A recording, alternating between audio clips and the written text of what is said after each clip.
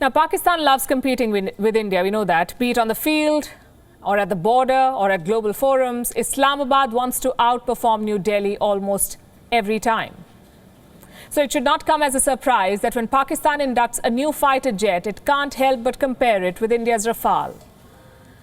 Let's tell you what I'm talking about. Pakistan has acquired a full squadron of J-10C multi-role fighter jets. There are at least 25 of them, and they're all made in China. All the parts and spares come from China. The serviceability and life cycle of these jets is also maintained by Chinese engineers. Need I say more about their reputation?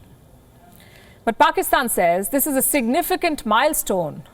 It is comparing these Chinese-made jets with a French-manufactured Rafale. Guess who drew this comparison? Who else but Sheikh Rashid Ahmed, the man who called Pakistan's T20 victory against India the victory of Islam. He now says that these jets are Pakistan's answer to Rafale. You must listen to this. पहली दफा पाकिस्तान में J-10 की flying past हो रही है। Rafale के मुकाबले में पाकिस्तान एयरफोर्स जो है फ्लाइंग पास करने लगी है J-10 चीन के जहाज से। ये राफेल के तोड़ में हमने J-10 जो है वो एक पूरा 25 का स्क्वाड्रन फ्लाइंग पास करेगा और हम अपने दिफा से भी गाफिल नहीं, हमारी अजीम अफवाज है। What again is the name of the jet that Pakistan has acquired? It's J-10C. What did the minister say the name was? JS-10. He said it thrice. The misarticulation can be forgiven, but the confidence with which he said it is a bit too funny. Also, how good are these jets really? How do they compare with the Rafale? We did some research and here's what we found. If we speak of missile range, the J-10C has a range of just 200 kilometers for its missiles. The Rafale has a range of 500 kilometers, which is often said to be the best in the world. If we talk about combat range, that is how long an aircraft can go with a fully loaded tank, the Rafale has a range of 3,700 kilometers. The J-10C has a range of just 1,850 kilometers. So good luck with catching up. And if we speak of battle readiness, the J-10C has never seen a battle, or even a joint exercise for that matter.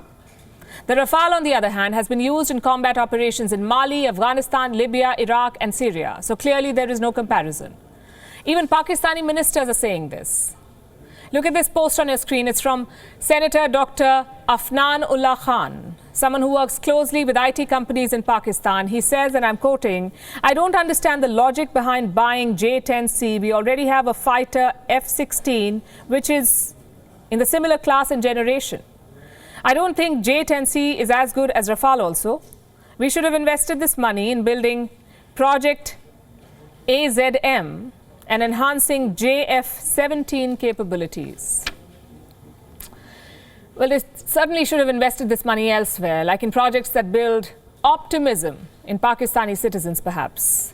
They seem to be losing hope about life in Pakistan. I'm not the one saying it, surveys are. Let's show you this headline. A survey by Gallup has found that Pakistanis are less hopeful about 2022. It also compared Pakistan with the rest of the world and found that net hope in Pakistan is lower than the global average. The question Pakistani citizens were asked was quite simple. Do you think 2022 will be better, worse, or the same as 2021? 43% said they were optimistic about the coming year. 41% said that the year will be worse. 9% said it will be the same. 7% had nothing to say or did not wish to respond. Now, Gallup put these findings together and found that Pakistan's net hope is just 2%. That's far lower than the global net hope of 10%. So why are Pakistanis losing hope? Is it because their government is hopeless? Let me show you something. At a time when Pakistan's economy is in the doldrums and inflation is at its peak, look at what Prime Minister Imran Khan is busy tweeting about: leopards.